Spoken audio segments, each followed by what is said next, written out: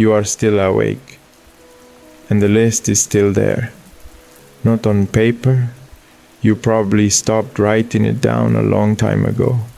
It lives somewhere just behind your eyes. The things undone, the people waiting, the deadlines that don't care how tired you are.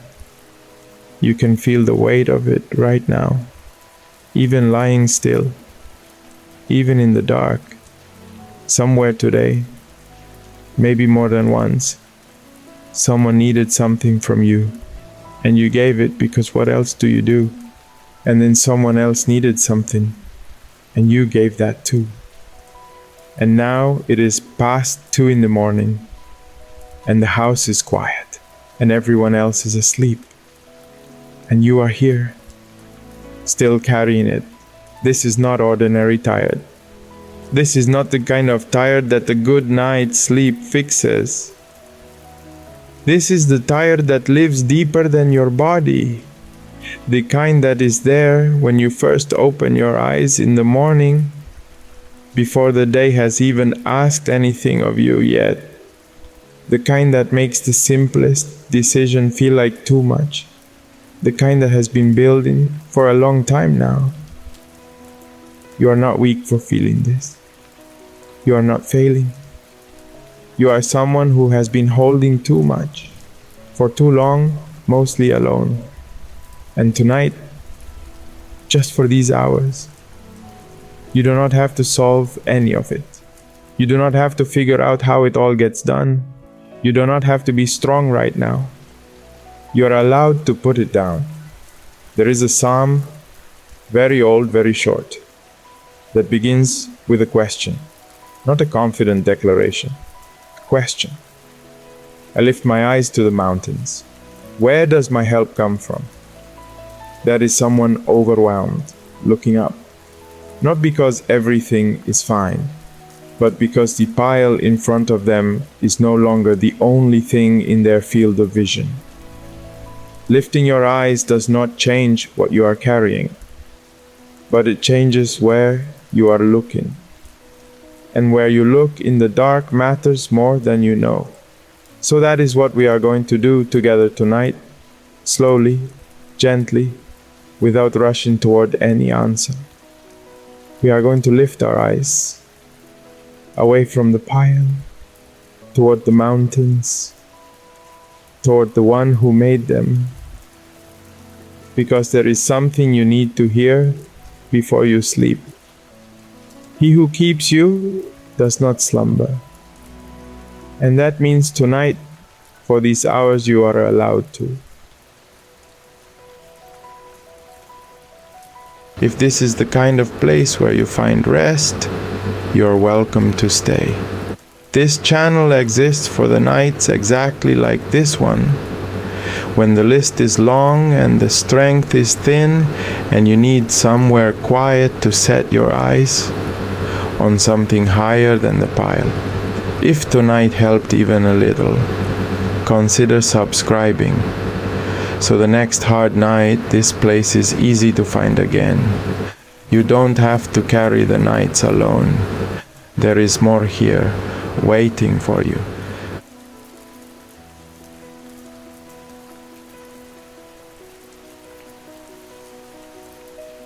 He is allowed to, and so tonight we are going to learn what that actually means. Because for many of you, permission is the hardest thing to receive. Not information, not encouragement. Permission. You know you are tired. You have known that for months. But knowing it and putting it down, those are two entirely different things. And somewhere between the knowing and the putting down, most of us just keep going. We carry it into the night. We carry it into the bed. We lie down with our eyes closed and our minds still running the list. Because someone has to hold it. Someone has to stay awake to it. Someone has to care enough not to let it all fall apart. And here is the question I want you to sit with tonight. What if that someone is already awake? Psalm 121 says it plainly, with no poetry hiding it, with no metaphor softening it. It says, "He who keeps you will not slumber," not "He who helps you when you ask," not "He who is nearby if you need him." The word is keeps, present tense, active, continuous. Right now in this room, in this darkness, while the house is quiet and the weight on your chest has nowhere to go. He is keeping you. He's not drowsy. He's not distracted. He's not managing 17 other things and getting to you eventually. He's on watch, specifically for you, specifically tonight. Now, here is the irony that I want you to feel. You are awake at this hour because you do not trust that anything will be okay if you are not watching it. And yet the God of the universe, the one who hung every star in its place, the one who holds every breath you have ever taken, is already watching it, has been watching it, will watch it until morning without a single moment of inattention. And you are losing sleep. Moses knew something about this. There was a season when Moses carried an entire people on his back. Every decision, every dispute, every desperate voice that needed something from him.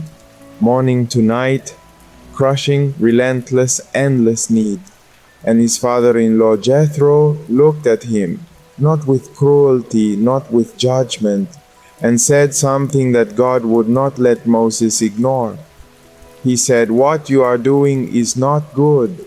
You will wear yourself out completely, you and the people with you. This is too heavy.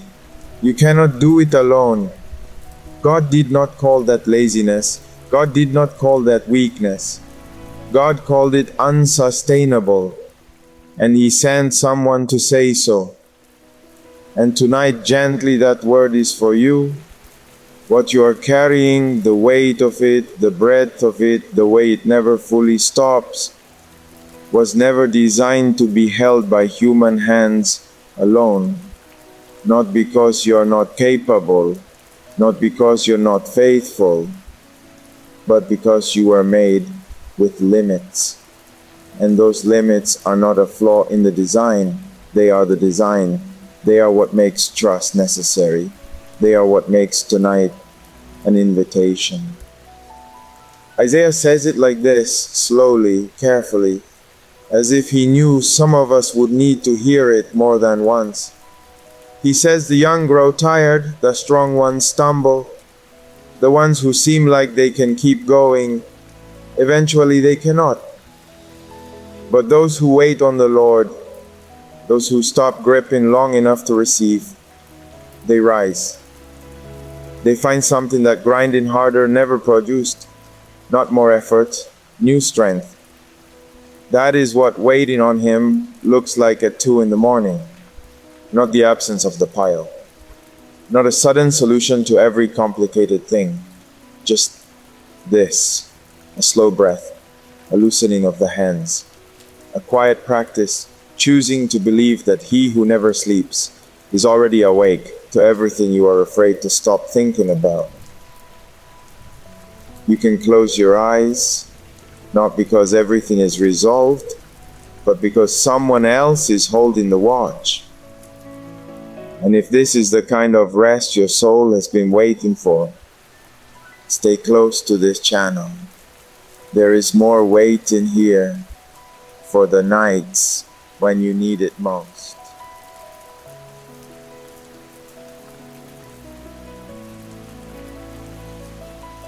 He is on watch. And because He is, you don't have to be. So let your eyes close a little more. Let the weight of the room settle. You made it to this moment. There is a list somewhere. You know the one. It doesn't need to be recited right now. Your mind already knows every line of it. Every name that needs something from you.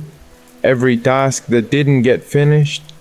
Every responsibility that will be waiting again when the sun comes up. The list is real, and it is heavy, and nothing said tonight is going to make it shorter. But here is something worth sitting with slowly. The psalmist didn't write, "I looked at everything on my shoulders and found relief." He wrote something different. He wrote, "I will lift my eyes to the mountains." Not to the pile, to the mountains. There is a difference between those two directions, and it matters more than it sounds. When you are overwhelmed, the most natural thing in the world is to look down, to look at the weight, to measure it, to inventory it, to try to mentally solve it at 2 in the morning when solving is not possible. We stare at the pile, and the pile grows in the dark. What felt manageable at noon feels immovable at midnight. That is not weakness. That is what happens when exhausted eyes look down at too much for too long. So the psalmist teaches us something that feels almost too simple. And yet, it is not simple at all. He lifts his eyes. Not because the road has changed. Not because the load has been removed. Not because someone handed him a solution in the night. He lifts his eyes because where you look shapes what you know is true.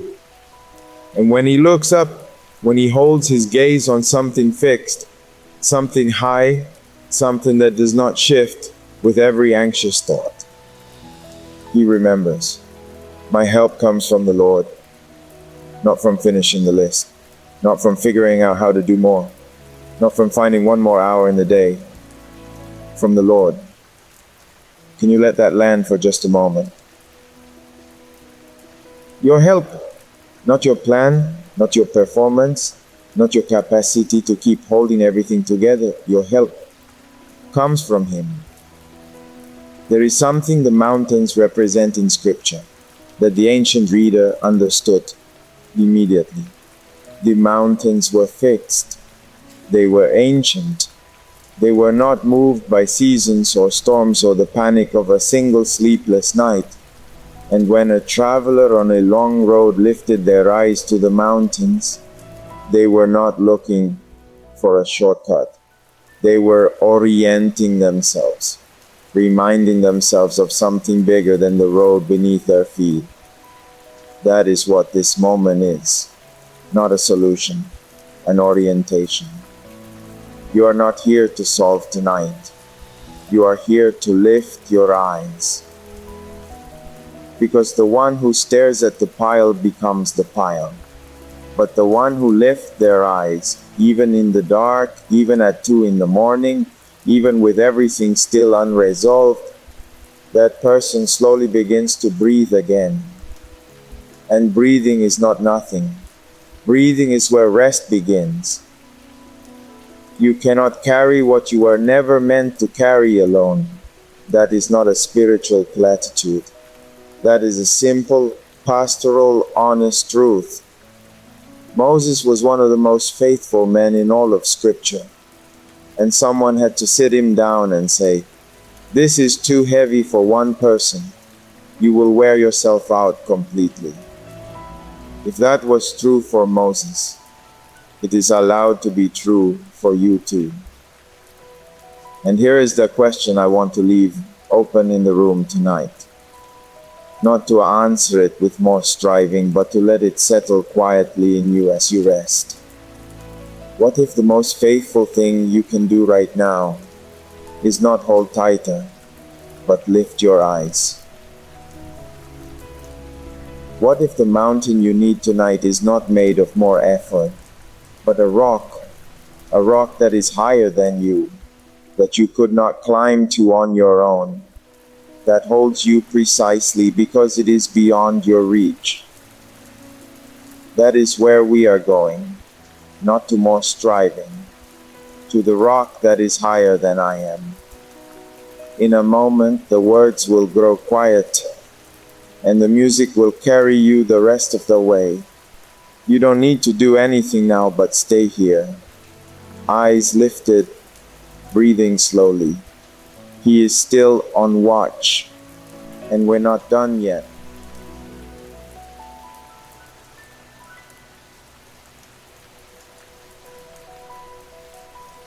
There is a prayer in Psalm 61 that is only 6 words long. And those 6 words may be the most honest thing you have ever said to God without knowing it. Lead me to the rock that is higher than I. Not a rock at your level, not something you can reach on your own terms, on your own strength, in your own timing. A rock that is higher than you are, higher than your best effort, higher than your most organized morning, higher than the version of you that had everything under control. The specific fear tonight is that there is no rock like that the ground you are standing on is all there is, and it is already shifting, that the only thing between the people depending on you and everything falling apart is you, and you are tired. So here is the question the psalmist leaves open, and I want to leave it open with you for a moment. What does it mean to be led to something higher than yourself? When you are the one who has always been doing the leading,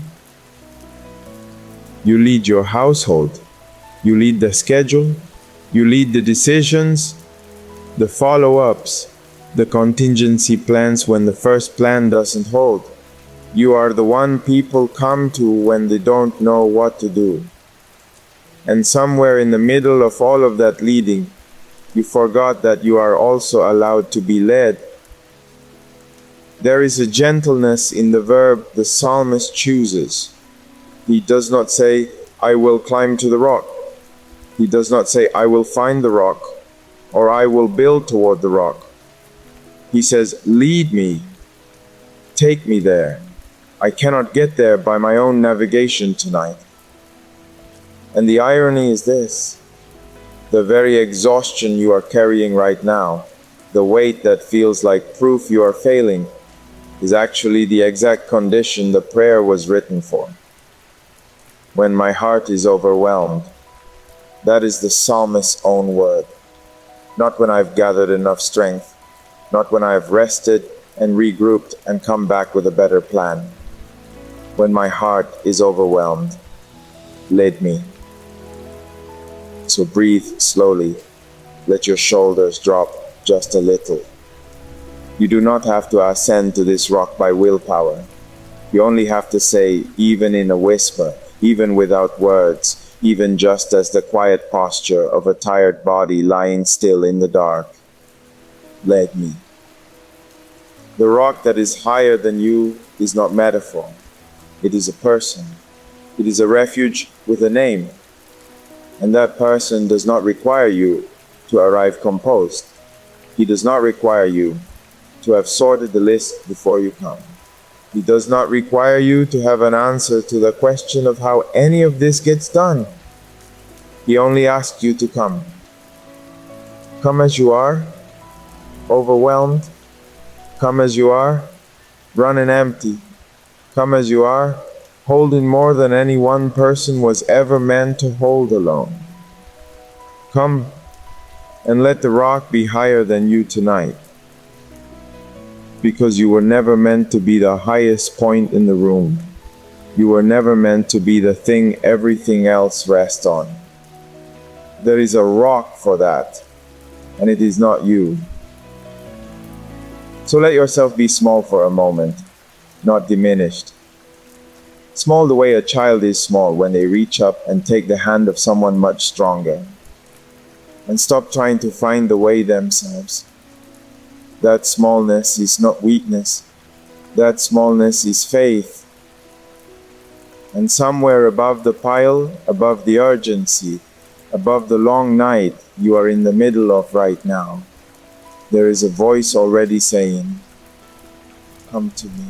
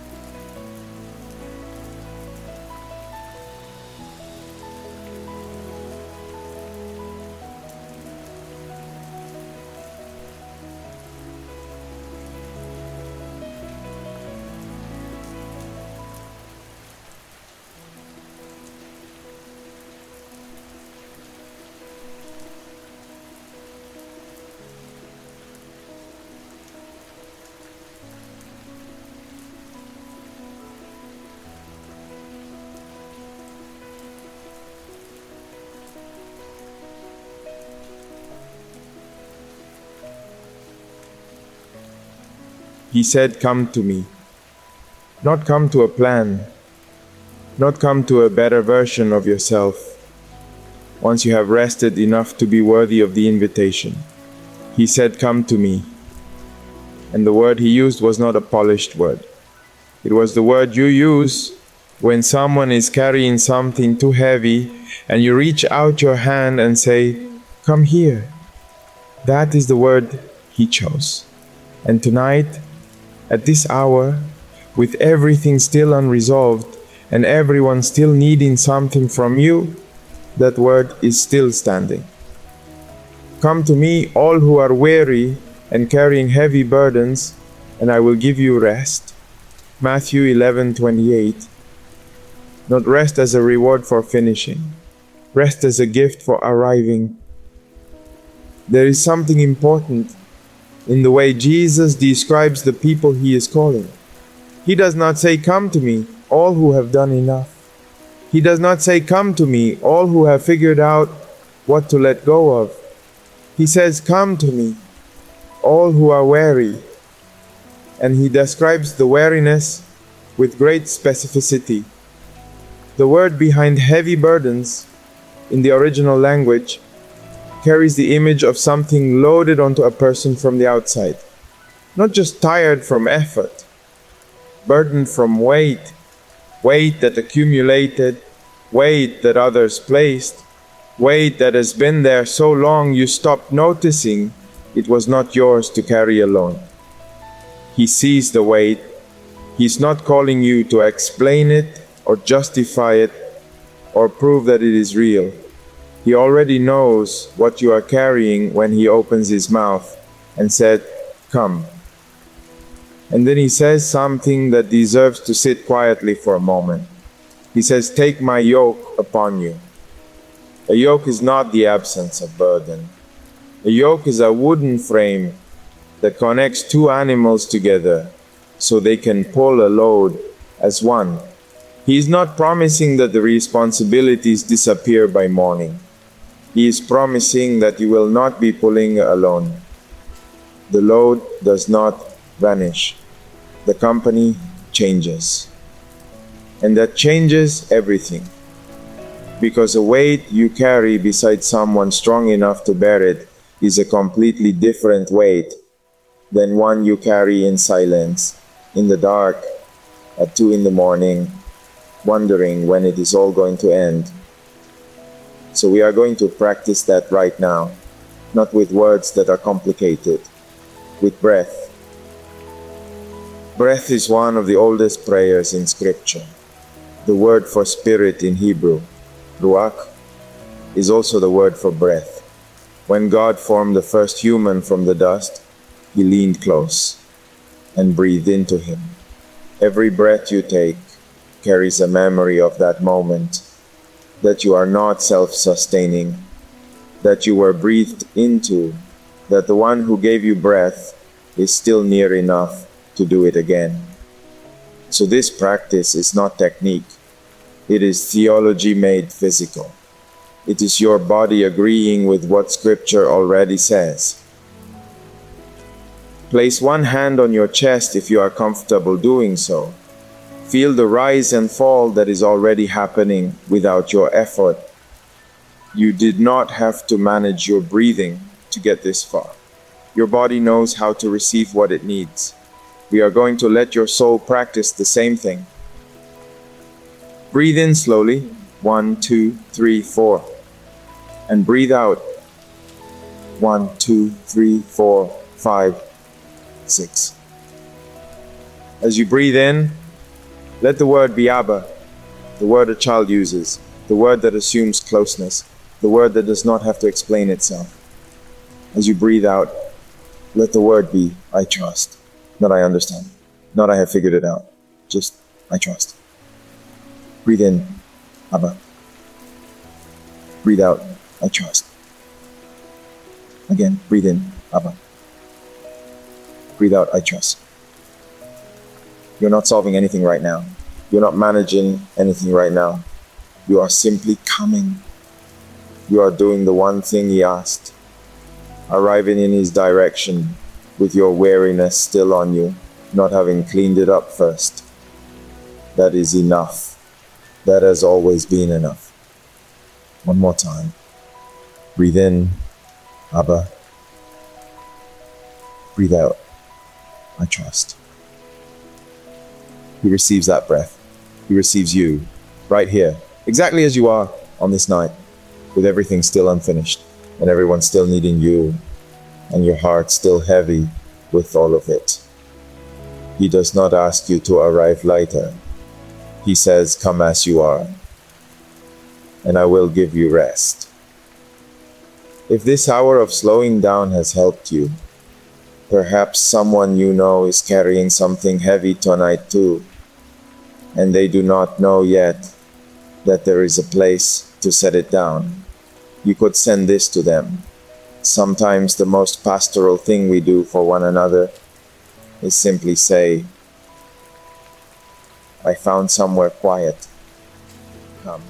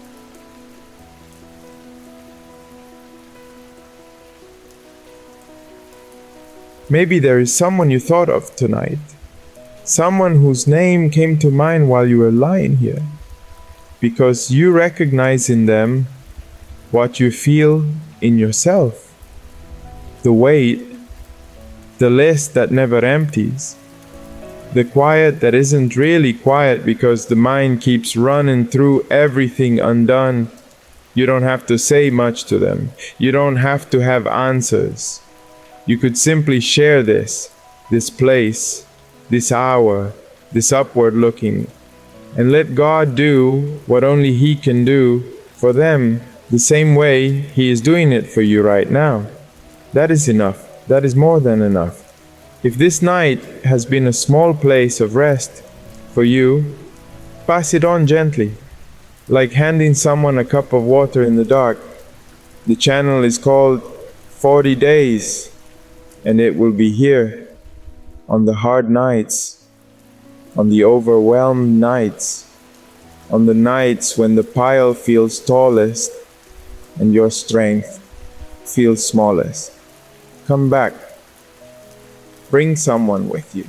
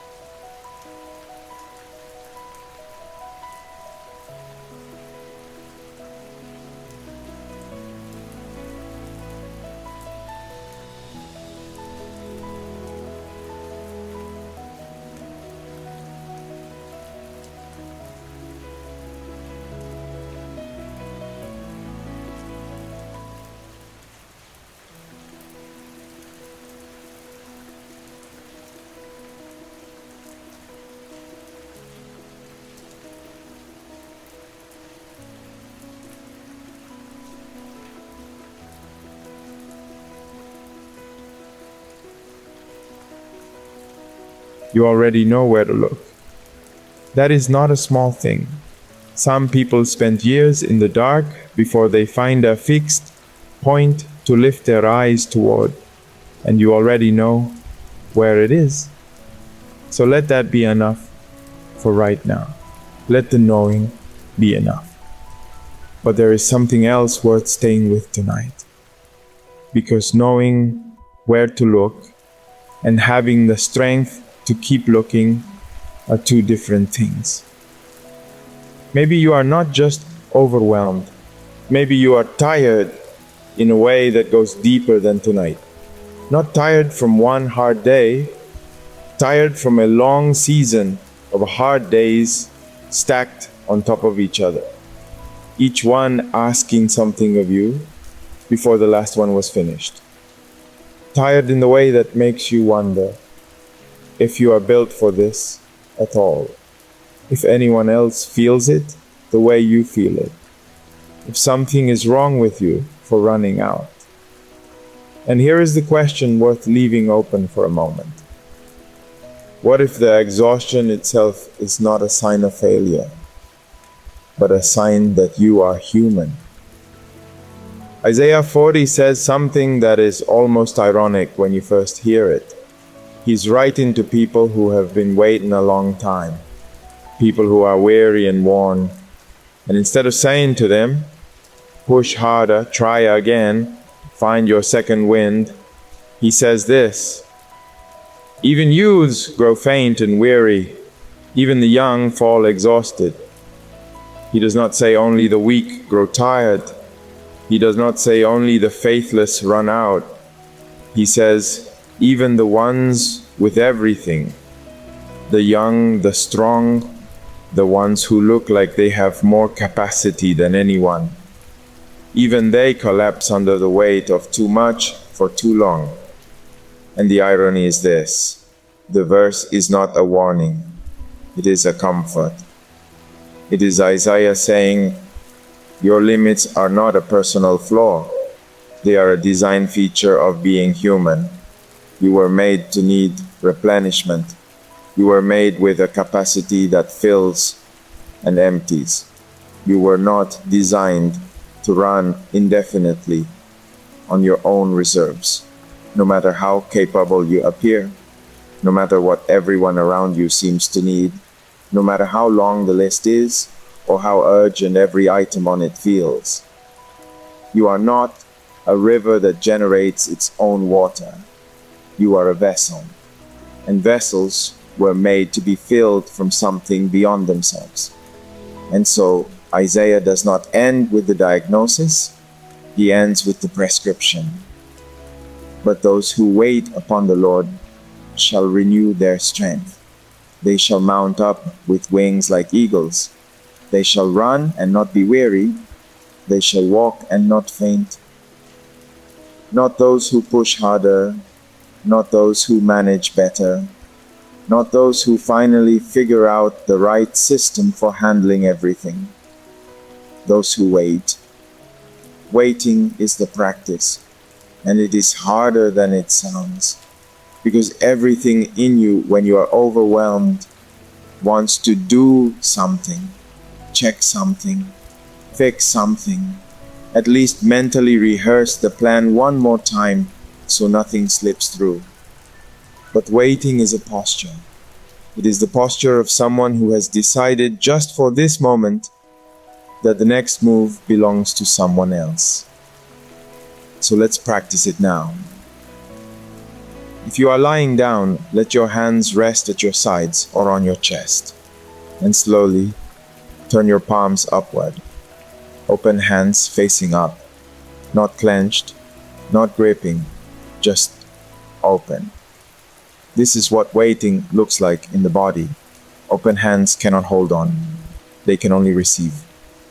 And that is exactly what Isaiah is describing, not striving upward toward new strength, but opening wide enough to let new strength be placed in you. The eagle does not manufacture the wind beneath its wings. It spreads wide, and the lift comes.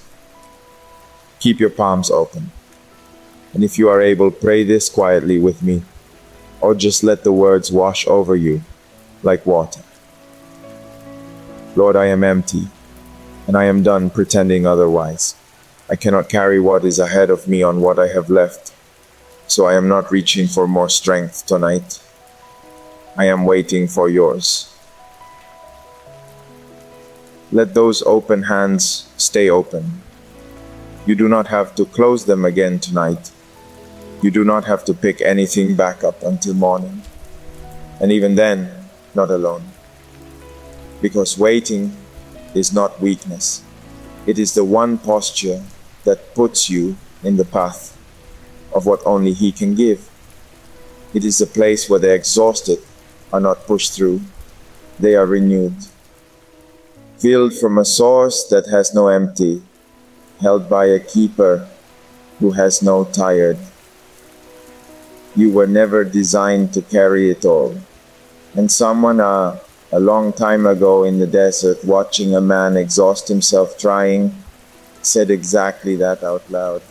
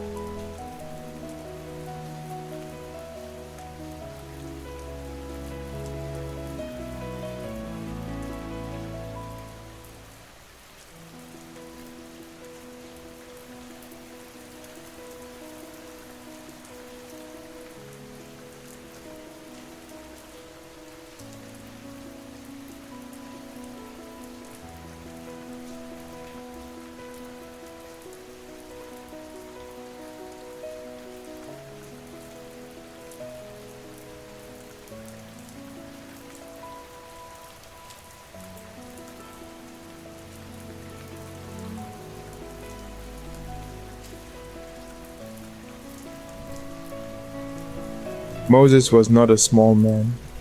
He had led an entire nation out of slavery. He had stood before Pharaoh.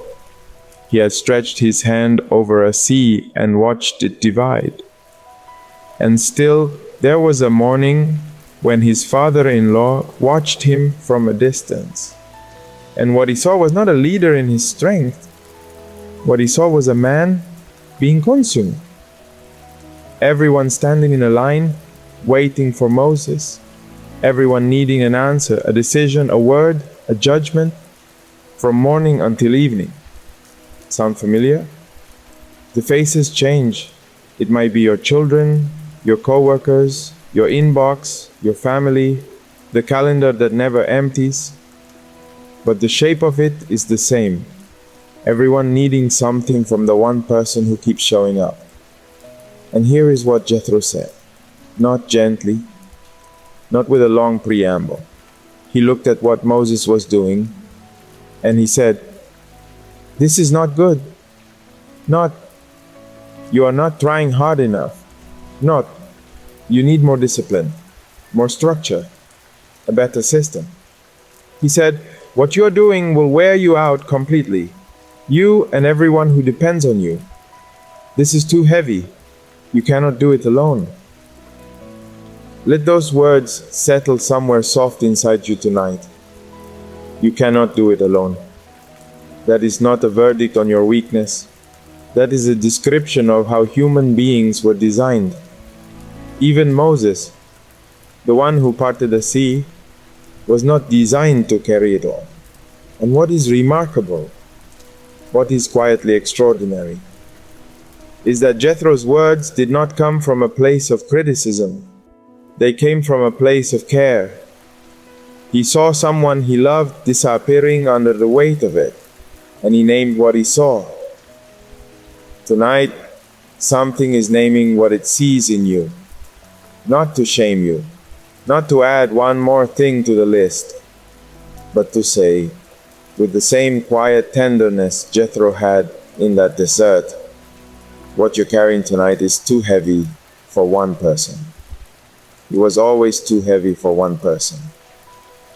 Here is the irony that is worth sitting with slowly. The very capacity that makes you the one everyone turns to is the same capacity that convinces you that you should be able to handle all of it. Your competence becomes your cage. You are capable enough to keep going, which means you keep going. which means no one thinks to ask if you are okay, which means you carry more and more and more until you are lying awake at 2 in the morning with a chest that feels like it has something sitting on it, still adding to the list in your head. Moses was capable too, more capable than most of us will ever be. And God still sent someone to say, "Stop. This is not what I designed you for. You were made with edges, with a beginning and an end, with a body that sleeps, and a soul that needs to be held by something larger than itself." That is not a flaw in the design. That is the design. And the one who designed you that way does not look at your limits the way you look at them. You look at them like failures, like evidence that you are not enough. He looks at them like the exact space where he was always meant to meet you. You were not built to be enough for everything. You were built to be held by the one who is. So tonight, let the list be unfinished. Let tomorrow hold tomorrow. Let the needs that are real and true and urgent rest in hands that do not grow tired the way yours do. You were never the last line of defense. You were never supposed to be. Jethro said it to Moses in the desert, and the same word has crossed every century to reach you here, in the quiet, in the dark. The burden does not require your vigil tonight. Someone else is already on watch. But here is what matters now, and we will stay here a little longer, because there is a kind of rest your body cannot give your soul. You can close your eyes and still be exhausted. And that kind of tired is a different thing entirely.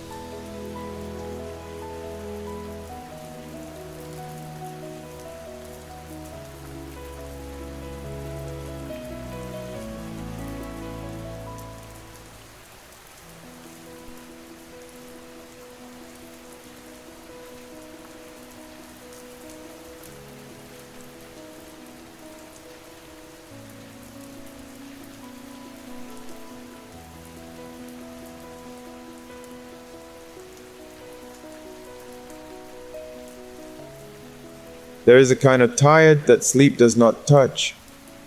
You have probably felt it. You close your eyes, the room is quiet, the house is finally still.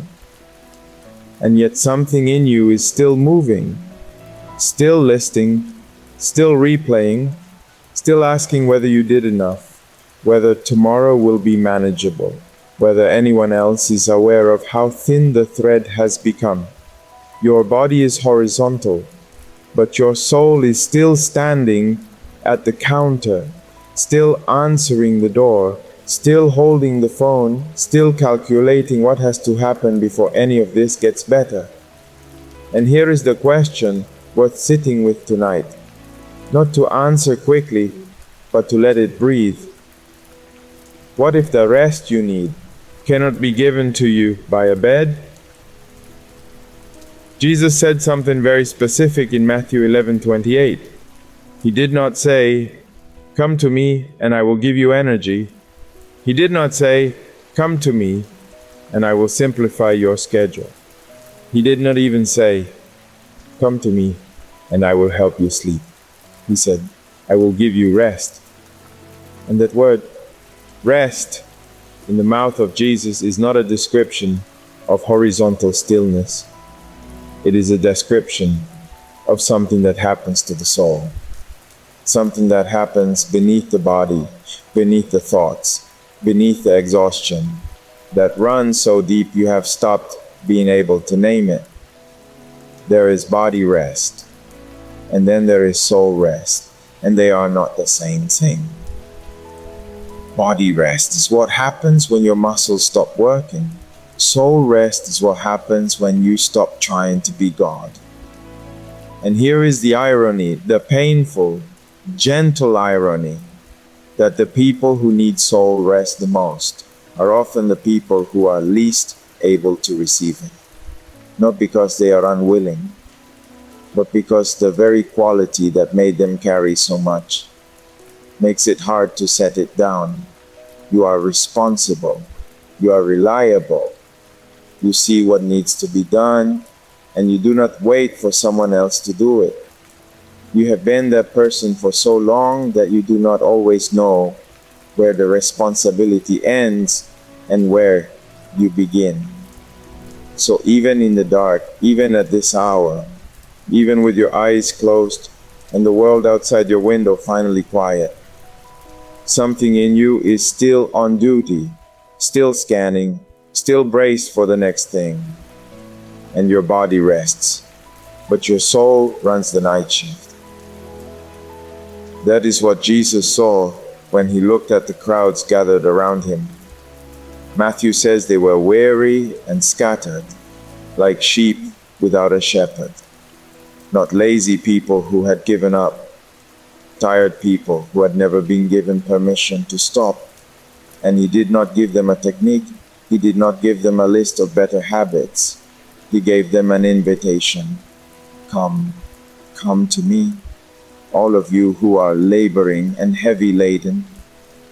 The labor he is naming is not laziness cured by motivation. The heavy laden are not people who need more strength to carry more. They are people who have been carrying things that were never designed to rest on one pair of shoulders, and doing it faithfully, quietly, for a very long time. Come to me. No, sort yourself out and then come. Not arrive lighter and I will celebrate with you. Come, as you are, with the whole weight still on you, and I will give you rest. The rest he gives does not wait for the list to be finished. It does not wait for the season to change. It does not wait for the people who need you to need you a little less. It meets you here at 2 a.m, still wound tight, still running, still unsure if anything is going to be okay. Soul rest is not the absence of burden.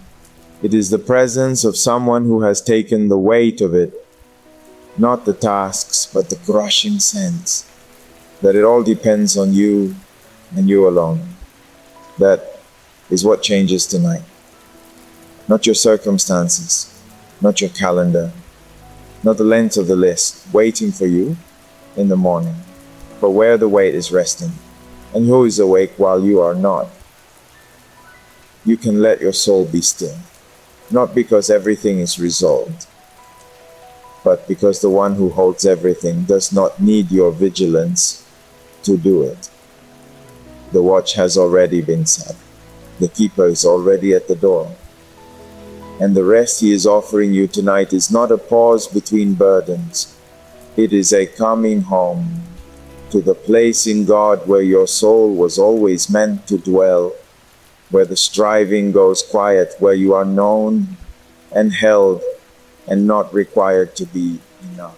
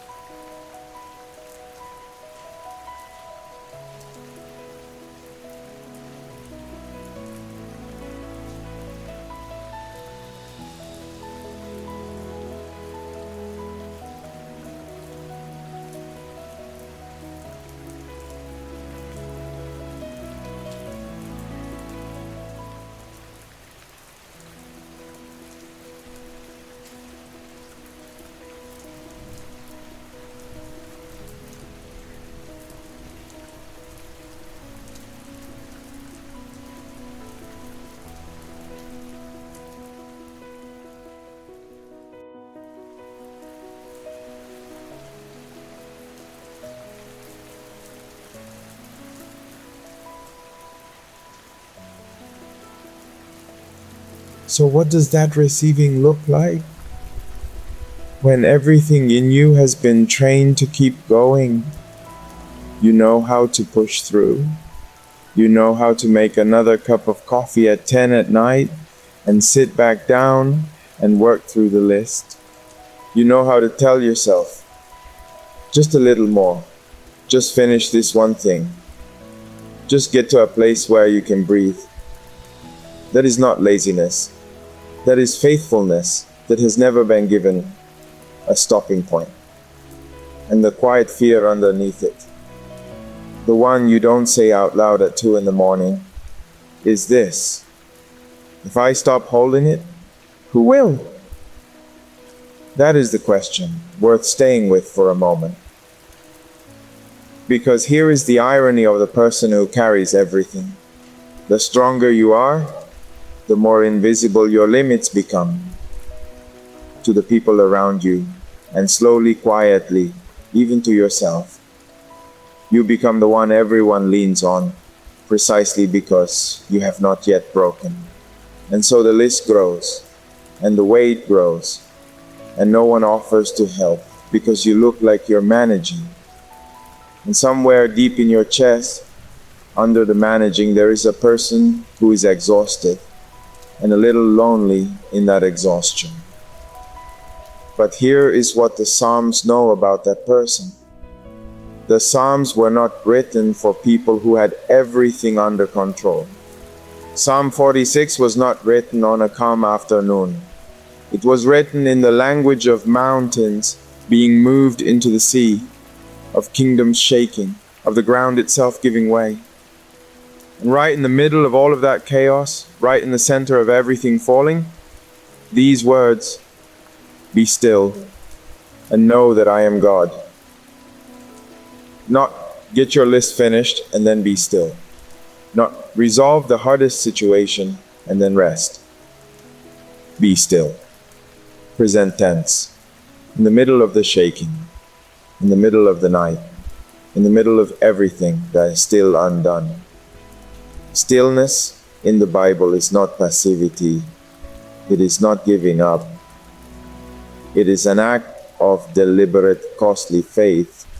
It is choosing to release the grip, not because the situation has changed, but because you are trusting that the one who holds the situation does not need your grip to keep it together.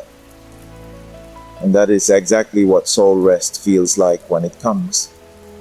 Not empty, not numb, not the silence of someone who stopped caring. It feels like setting something heavy down on a table, not throwing it away, setting it down, letting the surface hold it instead of your arms. The thing is still there, the problem is still there, but your hands are open now, and open hands can receive something that clenched ones never could. This is the posture the scriptures keep returning to. Isaiah 40 said it, not more effort, not more striving, not tightening what is already tight. Those who wait upon the Lord. And Psalm 61 named it, "Lead me to the rock that is higher than I. Not I will climb to the rock, not I will figure out the route myself. Lead me." The posture of being led, the posture of the one who is always the leader, practicing what it means to follow. And now Matthew 11 brings all of this into one image. Come to me, that is the direction. All who are weary and burdened, that is the condition. And I will give you rest, that is the gift. Not I will give you better strategies, not I will give you a lighter load by morning. Rest for your soul. Your soul is not the same thing as your body. Your body rests when it stops moving. But your soul, the part of you that plans and worries and replays and anticipates and manages and grieves, your soul rests when it stops trying to be God. And you cannot manufacture that rest by being tired enough. You cannot earn it by finishing enough. You receive it the same way you receive any gift, by opening your hands and saying, "Yes, I receive this." Not because I have earned the right to rest, but because you are offering it. And I am done refusing. So tonight, with everything still on the list, with the morning still coming, with every responsibility still real and still yours, this is the invitation. Not to pretend the pile isn't there, not to convince yourself everything will be simple by dawn, but to set it down right here and let the one who does not sleep carry the night shift while you rest. He's not waiting for you to arrive lighter. He has been waiting for you to arrive honest. And honest sounds like this: I cannot hold it all. I was not made to. And tonight, finally, I'm not going to try. That honesty is the beginning of the prayer. And the prayer does not need to be eloquent. It does not need to cover everything or resolve everything or arrive at a place of complete confidence before God will hear it. The most powerful prayers in Scripture were often the shortest and the most broken. Let's bring you to one now.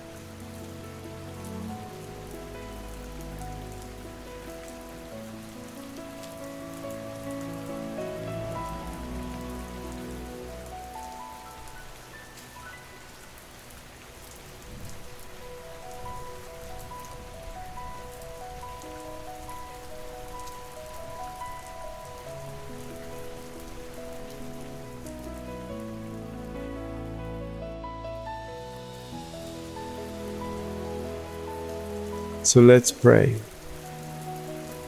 Not a polished prayer, not one you have to get right before you fall asleep. Just an honest one, the kind that starts exactly where you are, with exactly what is still on the table, and hands it to the one who was never going to drop it. If you want, let your hands rest open on the blanket in front of you, palms up, not because it earns anything, just because it is true. You are not holding tonight, you are receiving it. Let's begin. Abba, I trust you. I want to start there because I am not sure I can start anywhere else tonight. Not with a list of what I need. Not with a summary of everything that is undone. Just with that. Abba, I trust you. There is a lot I could bring you right now. You already know what it is. You knew before I lay down. You knew before the day started, before the week started, before I ever picked up the first thing I was not sure I could carry. And I want to be honest with you tonight the way a tired child is honest with a parent. Not performing, not explaining, just tired. I am tired, Father. Not just in my body, in the place underneath my body. The place that does not get better with another hour of sleep. The place that needed to put something down and could not find the moment to do it. I'm bringing that place to you now. There are people who need things from me that I do not have left tonight. There are things on tomorrow that I have already been carrying since yesterday, and they are heavy, and I do not know how all of it is going to work. I want to tell you that honestly. Not because you need the information, but because I need to stop holding it in my chest while I pretend to rest. So here it is. All of it. The undone things. The people I love and cannot fix. The decisions I do not have enough clarity to make yet. The morning that is coming, whether I am ready or not. I am opening my hands and I am putting it down. Abba, I trust you.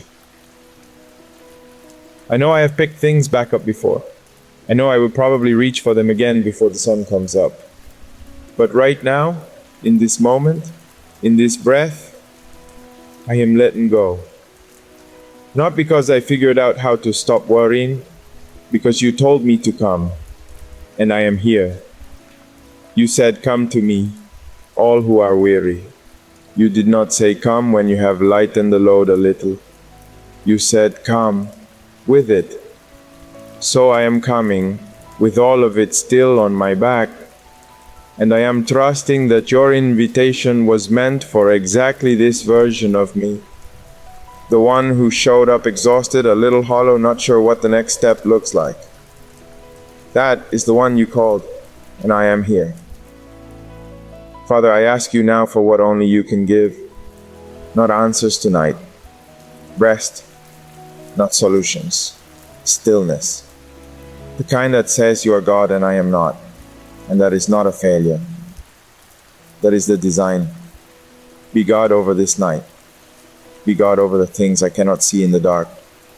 Be God over the morning I cannot control from here. And let me be what I am. Hail. Abba, I trust you. You are my shepherd. I have read that 1,000 times maybe, but tonight I wanted to land differently, not as poetry, as fact. You lead me beside still waters. You make me lie down. You restore my soul, not my schedule, not my competence, not my ability to manage everything. My soul. The part of me that has been running without permission to stop. Restore that. Even while I sleep. Even if the list is the same in the morning. Even if nothing changes but this. That I woke up having actually rested in you. Let that be enough. Let that be everything. I trust you with the people I love who I cannot protect from here. I trust you with the things I started that I do not know how to finish. I trust you with the version of me that tomorrow needs. You know what that person will require. And you know what to do between now and then. I do not have to figure that out tonight. Tonight, I only have to do this. Lie down, hands open, and let you keep the watch. You do not sleep. You are not going to miss anything. Nothing that matters will slip through while I am finally still. So I will be still. Abba, I trust you. Amen. Rest now. You are held.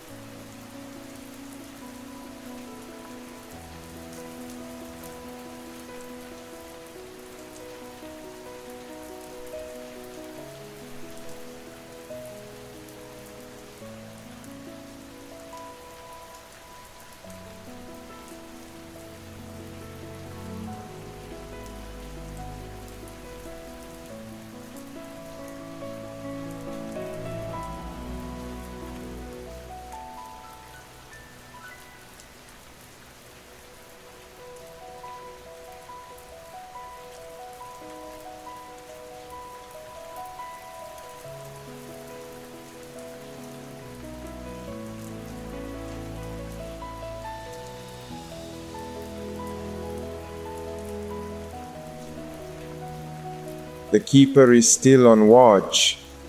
If you need this again tomorrow night, or you know someone else awake under a pile too heavy to name, this channel will be here. Eyes already lifted. Subscribe so it finds you, and share it as the quiet gift it is.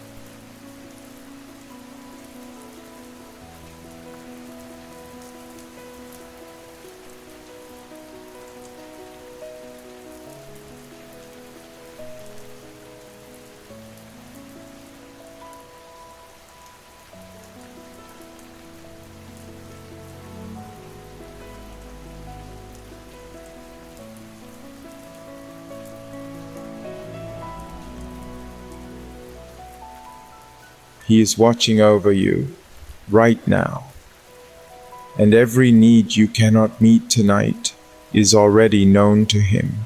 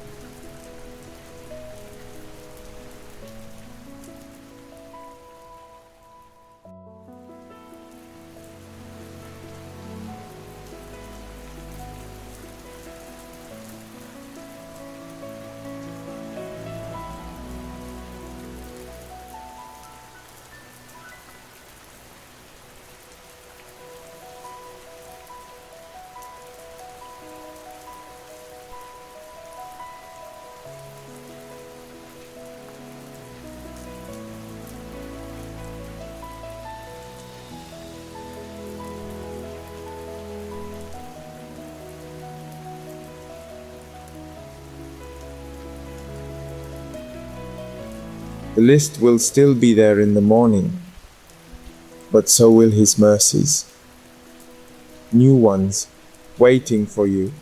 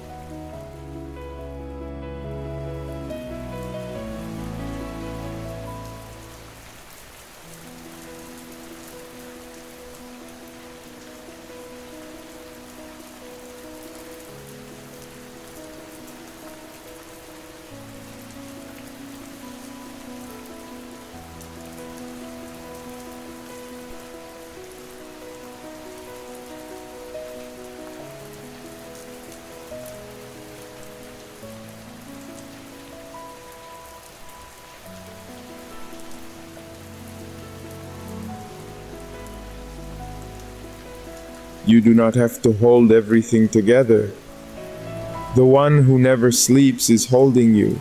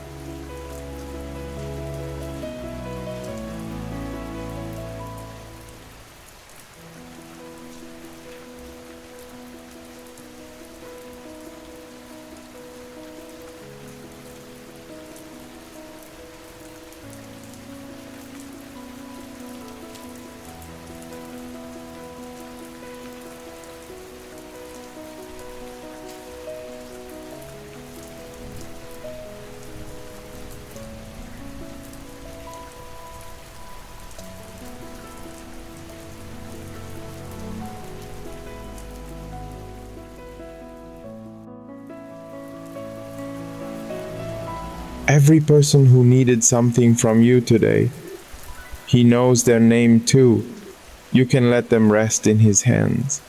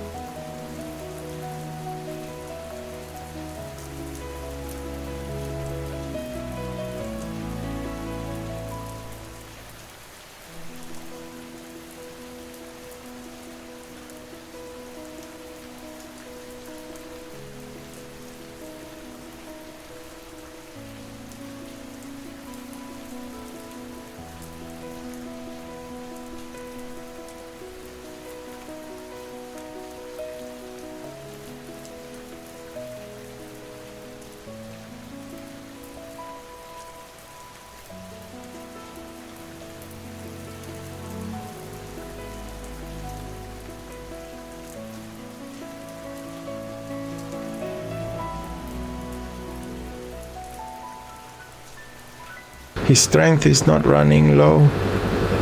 What you could not finish, he is not finished with.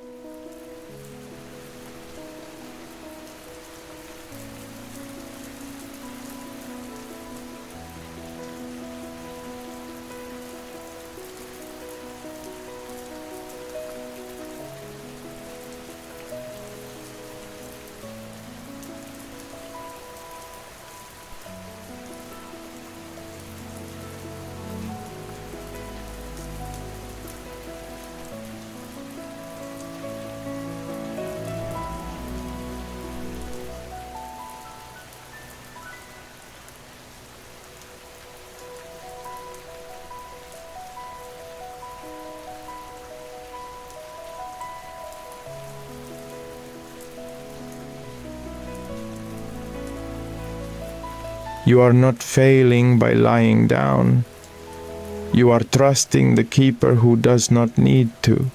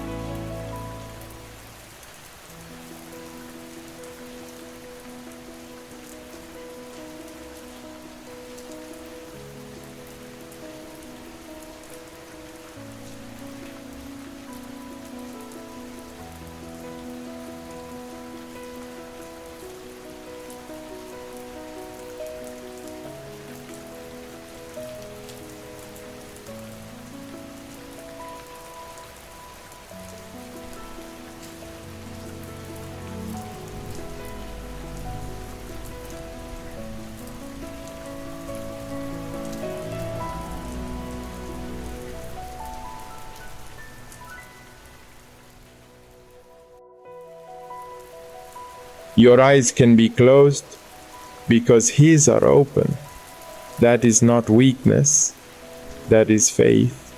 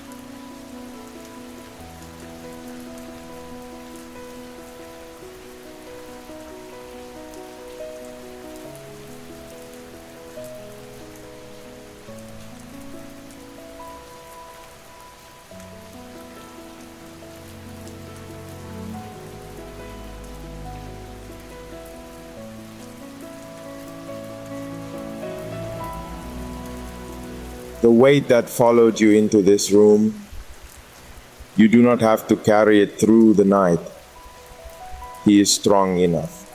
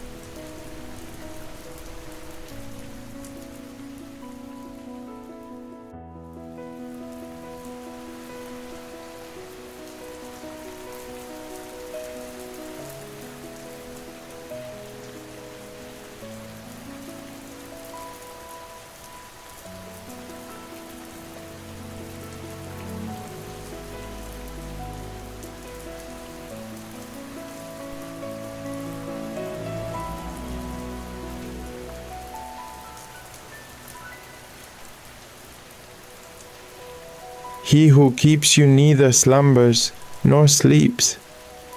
So sleep, beloved, the watch is covered.